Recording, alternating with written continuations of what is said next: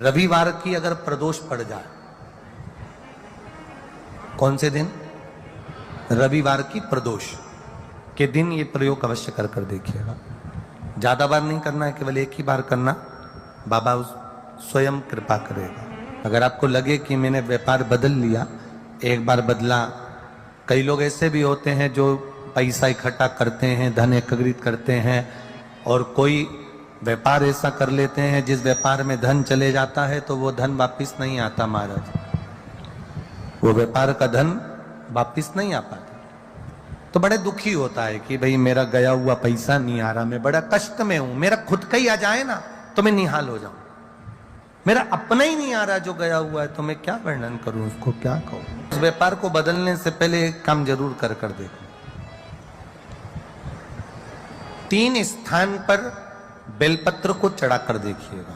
धन भी हमारा कहीं डूब गया, आ नहीं रहा है, तो प्रयास करना 3 स्थान पर चढ़ाई गई बेलपत्र हमें सुख का अनुभव करा देती है। बहुत ध्यान लगाइएगा।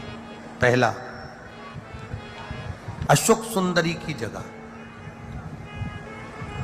अब ये बेलपत्र जब भी आप चढ़ाएंगे तो रविवार की अगर प्रदोष पड़ जाए, कौन से दिन? रविवार की प्रदोष के दिन ये प्रयोग अवश्य कर कर देखिएगा। ज्यादा बार नहीं करना है, केवल एक ही बार करना, बाबा स्वयं कृपा करेगा। अपने मंदिर में, अर्थात अपने घर के पास कोई मंदिर हो, शिवालय हो, देवालय हो, जहां शंकर भगवान विराजमान हो, शिवलिंग हो, ऐसी जगह पर अवश्य करें। हमें कहीं दूर जाकर ये प्रयोग नहीं करना है, अपने अपने शिवालय, अपने जो घर के आसपास में शिवालय हो वो। एक बेलपत्र अशोक सुंदरी वाली जगह। अब उसको अशोक सुंदरी की जगह पर भी चढ़ाने का तरीका क्या है? जब हम बेलपत्र चढ़ाएंगे तो उस बेलपत्र को चढ़ाते समय आपकी जो बेलपत्र की डंडी है, इस डंडी का भाग शिवलिंग की ओर होना चाहिए। ये जो डंडी है, इसका भाग अशोक सुंदरी पर जब चढ़ाएंगे तो शिवलिंग की ओर इसका भाग होगा महाराज। दूसरी, बेलपत्र को जब हम समर्पित करेंगे, जया, विषहरा, शामरीवारी, दौतली, देव। मान लो जलाधारी ऊपर नहीं है शंकर जी के, तो उसका स्मरण कर कर 5 कन्याओं का नाम लेकर जया, विषहरा, शामलीवारी, दौतली, देव, इनका स्मरण कर कर शंकर भगवान के शिवलिंग पर बेलपत्र रखेंगे। बेलपत्र कहां रखना है? आप अगर यहां बैठे हो तो आपके विपरीत में डंडी का मुख होना चाहिए। ये बेलपत्र की जो डंडी है, इसका मुख आपके विपरीत में हो। आप यहां बैठे हो तो डंडी उधर होगी, आप इधर बैठे हो तो डंडी का मुख इधर होगा, आप उधर बैठे हो तो डंडी का मुख इधर होगा। आपके ठीक विपरीत की ओर डंडी का मुख हो।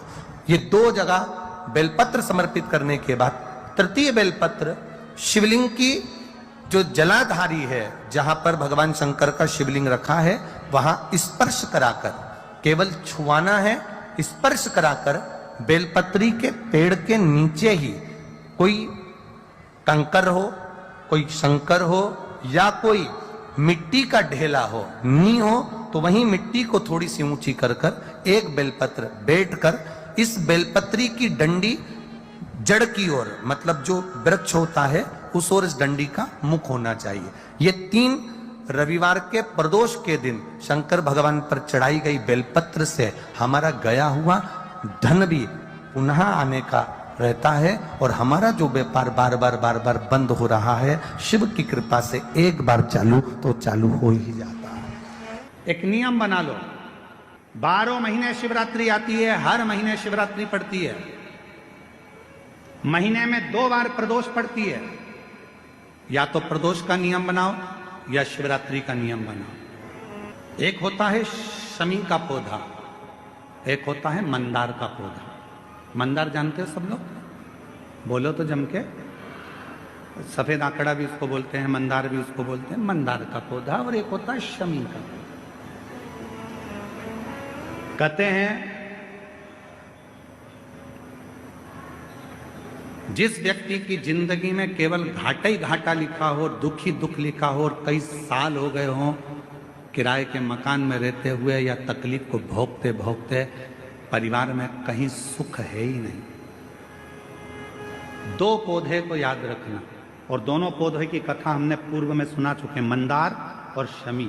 दोनों की कथा सुनाइए कि ये कौन से मुनि थे, कौन से ऋषि के बेटे थे, ये मंदार और शमी किसके पुत्र थे, सब कथा सुने।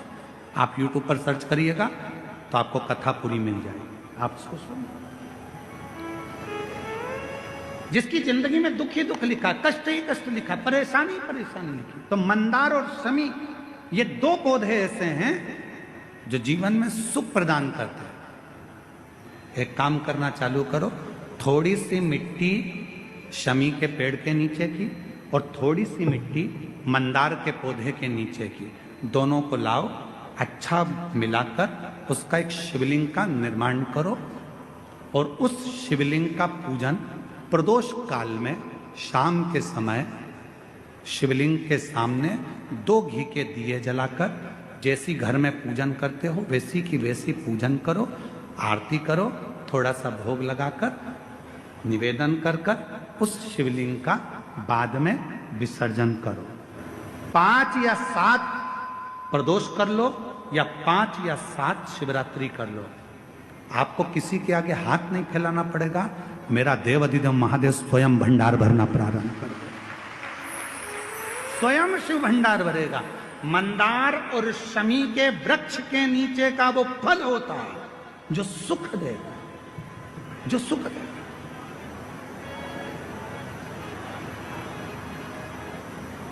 जो हमें आनंद प्रदान करता है। मंदार मतलब आप लोग जानते हो, वो सफेद आंकड़े की जो जड़ होती है, आंकड़ा होता है, उसके छोटे छोटे फूल होते हैं मंदार के, भगवान शंकर को चढ़ते हैं। और शमी की पत्ती तो आप लोग जानते ही हो, शमी का पत्र, इसके पौधे के नीचे और उसके पौधे, इसका वृक्ष और उसके वृक्ष के नीचे की थोड़ी थोड़ी मिट्टी प्रदोष काल में, या तो प्रदोष हो या शिवरात्रि हो, दोनों को मिलाकर उसका शिवलिंग बनाकर उसकी आराधना, उसकी शिव महापुराण कर शमी का वृक्ष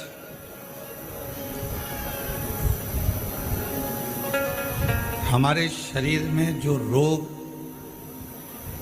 होता है, उस रोग के जितने भी तत्व होते हैं उनको शमी का वृक्ष खींचता।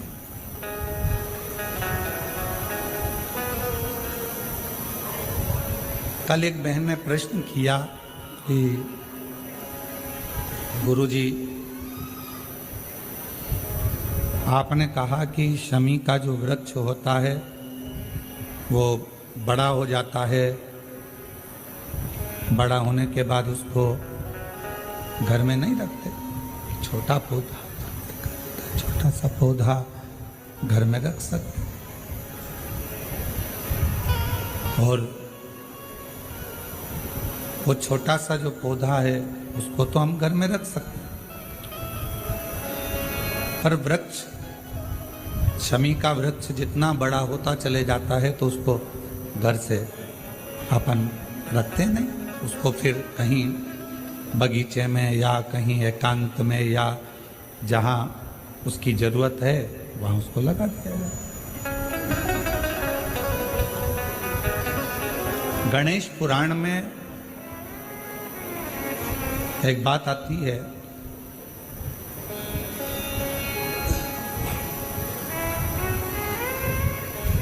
कि शमी का जो वृक्ष होता है वो रोग को खींच लेता, बीमारी को खींचता, तकलीफों को खींचता, दुख को खींचता, शरीर के रोगों को वो खींच लेता। तो शिव महापुराण की कथा में और गणेश पुराण की कथा से एक बात सीखने को मिलती है कि पौधा छोटा रहेगा तो आप उसका पूजन भी कर सकोगे, पत्ते भी ले सकोगे, शिवजी पे भी समर्पित कर सकोगे, और घर के अंदर यदि कोई तकलीफ में है, कष्ट में है, तो उसके दुख को भी वो खींच ले, उसके कष्ट को भी वो खींच ले, उसके कष्ट को, उसके दुख को खींच लेता है, उसके कष्ट को, उसके दुख को वो खींच लेता है। पर जैसे ही शमी का पौधा बड़ा हुआ, शमी का वृक्ष बड़ा हुआ, और उस वृक्ष के इर्द गिर्द से अगर निकल कर जा रहा है, शमी के उस वृक्ष के आसपास से इर्द गिर्द से अगर कोई निकल कर जा रहा है, तो उसके भी रोग को वो खींचता है, उसके भी रोग को वो खींचता। तो हमारे यहाँ सनातन धर्म में सर्व जगत के हित की बात कही जाती है कि शमी का जब पौधा बड़ा हो जाए, शमी का वृक्ष जब बड़ा हो जाए, शमी का पौधा जब बड़ा हो गया, तो उसे कहीं अच्छी जगह पर लगा दिया जाए, जिससे सर्व जगत के दुखों को वो खींचता रहे, सबके रोगों को वो खींचता रहे, समाप्त करता रहे, सबके रोगों को वो खींचता रहे, समाप्त करता रहे, सर्व जगत के हित। छोटा है पौधा अपने नजदीक। शिव महापुराण में 5 वृक्षों का जो वर्णन किया गया, पहले नंबर पर है बेलपत्र का वृक्ष, दूसरे नंबर पर है शमी का वृक्ष, तीसरे नंबर पर है आंवले का वृक्ष, चौथे नंबर पर है पीपल का वृक्ष, और 5वें नंबर पर है वट वृक्ष। ये हमको बल देते हैं, और हमें जो बल प्रदान करते हैं, हमें जो एनर्जी देते हैं, हमारे दुखों को ये नष्ट करते हैं, हमको एक अलग से बल इन पौधों से, इन वृक्षों से प्राप्त होता है। शमी की जो पत्ती होती है,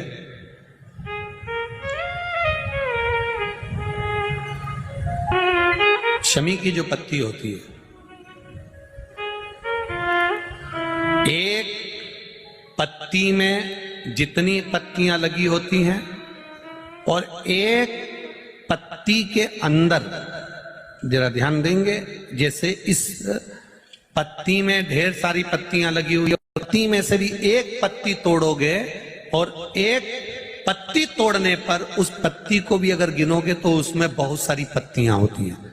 आज प्रयास करना, अगर कहीं आपको शमी की पत्ती मिले, तो जैसे ये पत्ती, इस पत्ती को तोड़ा गया, इस पत्ती में से एक पत्ती निकाली गई, और एक पत्ती निकालकर आप धीरे से रखना, और उसमें भी बारीक बारीक बारीक बारीक बारीक बारीक बहुत सारी पत्तियां नजर आती हैं। शिव महापुराण की कथा कहती है, जो सोमवार की अष्टमी हो, या प्रदोष का व्रत हो, या 12 महीने की शिवरात्रि हो, या किसी भी दिन प्रदोष काल के अंतर्गत शंकर भगवान को एक शमी का पत्ता कोई भूलवश भी समर्पित कर देता है, तो जितनी एक पत्ती में पत्तियां होती है, और उस पत्ती के अंदर भी एक पत्ती को तोड़ने के बाद जितनी पत्तियां होती है, उतने जन्म मृत्यु लोक में मनुष्य के नहीं होते। 84 लाख योनियों में से वो योनियां कट जाती हैं और देव योनि प्राप्त हो जाए।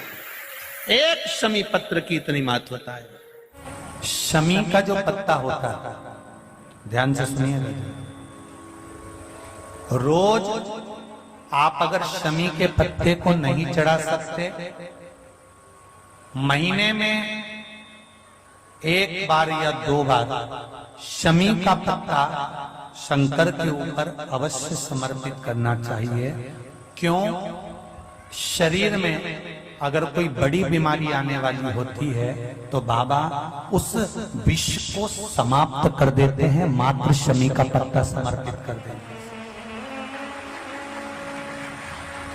भले महीने में 2 बार चढ़ाओ, हफ्ते में 1 बार चढ़ाओ, तुम्हारा मन पड़े तो हफ्ते में 2 बार चढ़ाओ। ज्यादा बीमारी है, शमी का पत्ता एक शिवजी के शिवलिंग पर, और एक पत्ता जहां से पानी बहकर नीचे गिरता है ना, जलाधारी में से शिवजी पे जल चढ़ाया।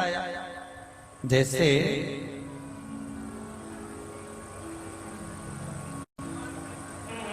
ये शिवलिंग, इस पर जल चढ़ाया तो ये पानी बहकर नीचे आता है, तो जहां गिरता है एक पत्ता शिवलिंग के ऊपर, और एक पत्ता जहां से जल नीचे गिरता है वहां। अगर ज्यादा बीमारी है और ऐसा लग रहा है कि डॉक्टर कह रहे हैं कि तबीयत ज्यादा खराब हो सकती है, जांचे जाएगी, ये होगा वो होगा, तो एक पत्ता शमी का ऊपर, एक पत्ता जलधारी जो बहकर नीचे आती है उसी पर चढ़ाना। शमी का पत्र रोग मुक्ति के लिए जब चढ़ाया जाता है तो भगवान शंकर का अवधूतेश्वर महादेव का नाम लेकर चढ़ाया जाता है। कौन सा महादेव? जम के बोलो जरा। अवधूतेश्वर महादेव का नाम लेकर चढ़ाया जाता है।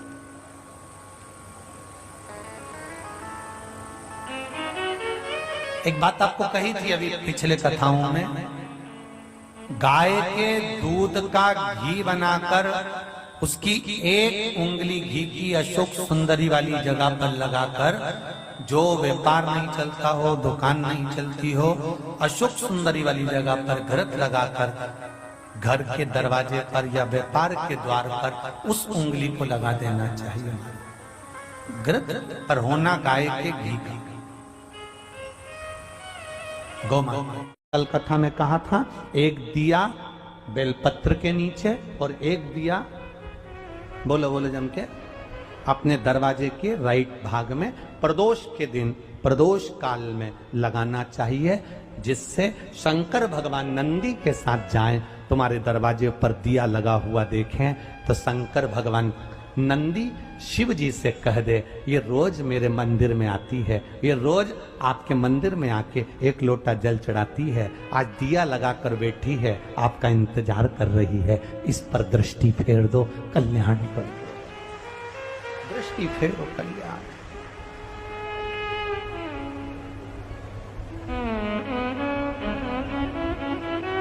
दिया लगाना मतलब प्रतीक्षा करना, दिया लगाना मतलब बाट जोना, दरवाजे पर दीप लगाना मतलब हम इंतजार कर रहे हैं बाबा का, हम बाबा का इंतजार। प्रदोष काल में, प्रदोष के दिन हमने पहले भी कहा कि एक दीप लगाना या जल चढ़ाना या शंकर को धतूरा चढ़ाना या चावल का दाना चढ़ाना या बेलपत्र चढ़ाना वो खाली नहीं जाता है। तुम्हारा प्रदोष के दिन, प्रदोष काल में लगाया गया दीपक एक ना एक दिन तुम्हारे घर में भी प्रकाश जरूर कर जाएगा। थोड़ा ध्यान दीजिएगा। मान लो मेरे बेटा बेटी कहीं अप्लाई कर रहे हैं नौकरी के लिए या अन्य चीज के लिए, तो वो अगर बेलपत्री के मध्य पत्ती और ये दो पत्ती है, इस पत्ती के बीच की जो जगह होती है वहां यदि पीला चंदन और एक चावल का दाना लेकर हरीश्वर महादेव का नाम लेकर शंकर के शिवलिंग पर प्रदोष के दिन अगर चढ़ा देते हैं तो वो बेटा बेटी जिस एग्जाम को दे रहा होता है अच्छी मेहनत के साथ, लगन के साथ, तो निश्चित है वो उसमें सफलता पाता जरूर। हरीश्वर महादेव, एक बार बोलो कौन से महादेव? हरीश्वर महादेव। जब कोई कह दे कि तुम्हारी जिंदगी में दुख ही दुख है, जब कोई कह दे तुम्हारे जीवन में कष्ट ही कष्ट है, तब एक काम चालू करो, शिव की आराधना।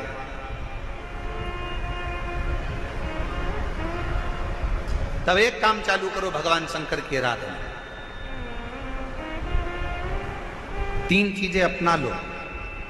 पहले नंबर पर शिव जी के मंदिर में एक लोटा जल चढ़ाना। दूसरे नंबर पर अगर प्रदोष के दिन मंदिर में दिया लगा सकते हो तो ठीक है, नहीं तो एक कनेर का फूल पीला वाला, देखा है आप लोगों ने? जम के बोलो जरा। पीले कलर का कनेर का फूल एक, प्रदोष के दिन, प्रदोष काल के समय पर अगर दीप लगा सको तो ठीक है, नहीं तो एक कनेर का फूल पीले कलर का शिव जी के अशोक सुंदरी का स्पर्श। अशोक सुंदरी वाली जगह मालूम है ना आप लोगों को? फिर से आप समझ लेंगे।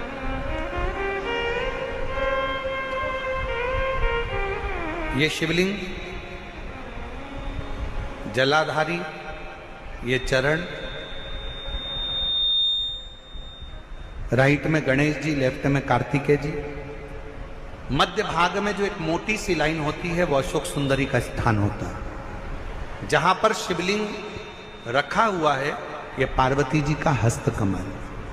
शिवलिंग शिवलिंग के ऊपर जो कलश में से एक एक बूंद पानी गिरता है वो शंकर जी की 5 लड़कियां, जया, विषहरा, शामली बारी, दौतली, देव।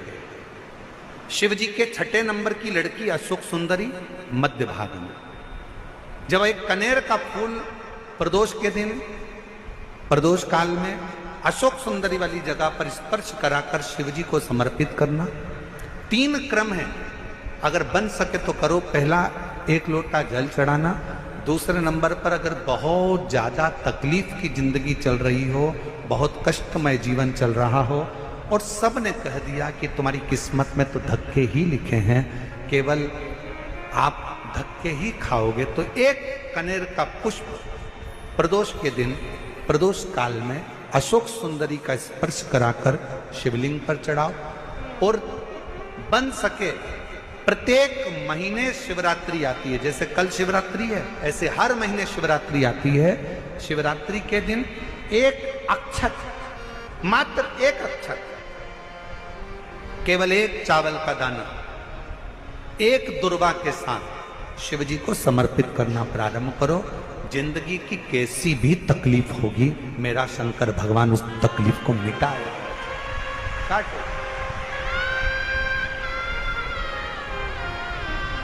शिव की आराधना और दिल से बाबा को पुकारते रहो।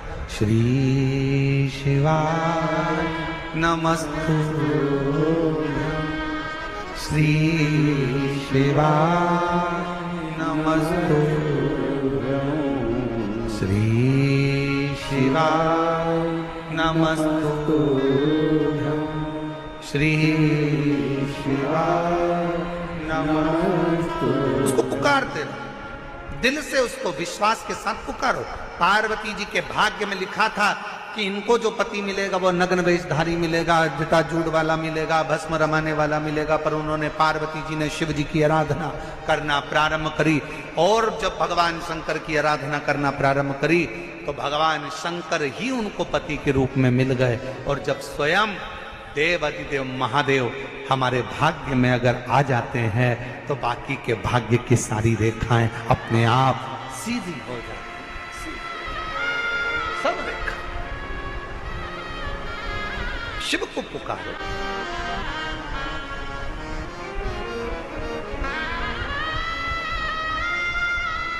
भगवान शंकर को पुकारने का प्रयास करो। महाराज,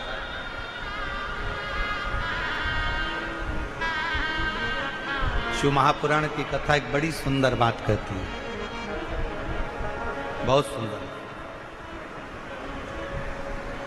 जिसके दिन खराब चल रहे हो ना, तुम्हें मालूम है कि तुम्हारा रिश्तेदार के दिन खराब चल रहे हैं, उसकी तकलीफ की जिंदगी चल रही है, उसको कष्ट है।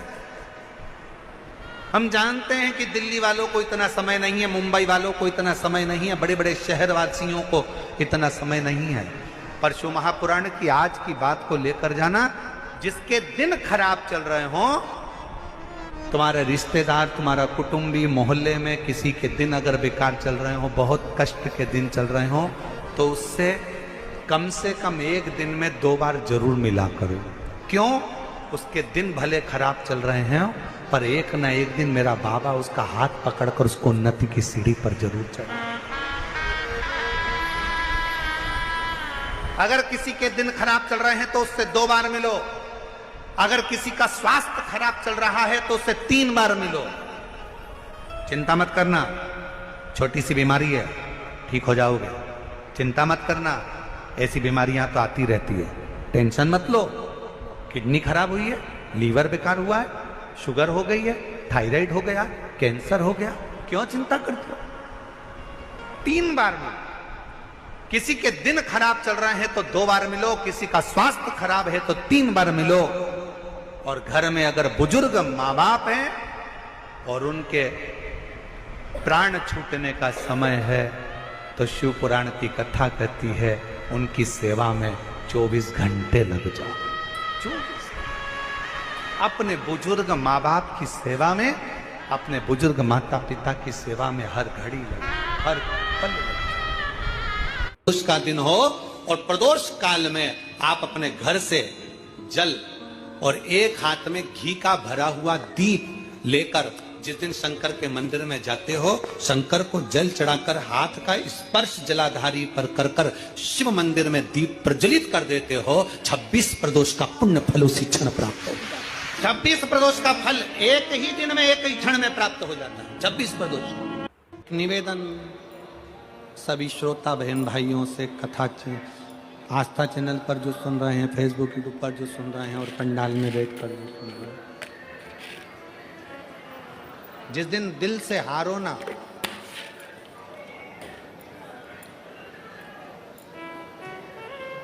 थोड़ी तकलीफों में अगर घिर जाओ, तकलीफें आ जाए, कष्ट आ जाए, तकलीफें जिस दिन तुम्हारे भीतर बहुत ज्यादा मात्रा में आ जाए, उस दिन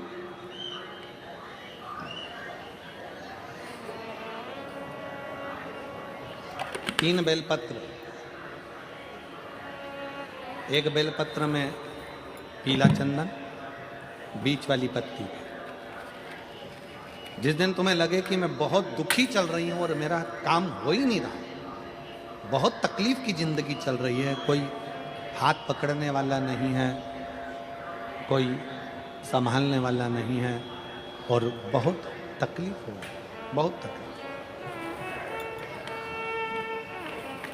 उस समय पर एक बेलपत्री के बीच वाली पत्ती पर पीला चंदन, दूसरी पत्ती पर लाल चंदन और तीसरी पत्ती पर 11 चावल गीले, पानी में उसको थोड़ा सा भिगो लें या धो लें, 11 चावल गीले शिव जी की उस पत्ती पर रखी। सबसे पहला पीला चंदन का बेलपत्र, दूसरे नंबर पर लाल चंदन का बेलपत्र, तीसरे नंबर पर जो 11 चावल आपने धोकर रखे हैं वो हाथ की हथेली में रखना है और हाथ की हथेली में रखकर अपनी कामना कर कर भगवान शंकर से विनय कर कर पंचाक्षर मंत्र नमः शिवाय या षडाक्षर मंत्र ओम नमः शिवाय या श्री शिवाय नमस्तुभ्यम बोलकर उस बेलपत्र पर सीधे हाथ में रखकर उल्टे हाथ का स्पर्श कर कर बाबा से अपने मन के भाव कहकर शंकर के शिवलिंग पर उसे समर्पित कर दीजिए। एक ही लोटा जल, जहां से जल बहता है अशोक सुंदरी वाली जगह, एक ही लोटा जल जहां से जल बहता है उस जल बहने वाली जगह पर 3 बार उस जल को अपनी कामना कर कर श्री शिवाय नमस्तुभ्यम या पंचाक्षर मंत्र या षडाक्षर मंत्र बोलकर 3 बार उस स्थान पर गिरा दीजिए। गिराने के बाद में बाबा से विनय कर कर अक्षत वाली जो बेलपत्र है, एक बेलपत्र और एक अक्षत उसमें से अपने लिए लेकर आ जाओ। उसको 2 महीना 3 महीना अपने घर में रखिए। जितना भी दुख है धीरे धीरे बाबा समाप्त कर कर खुशियां घर में लेकर आता ही है। दुख समाप्त होगा, खुशियां घर में आएगी जरूर।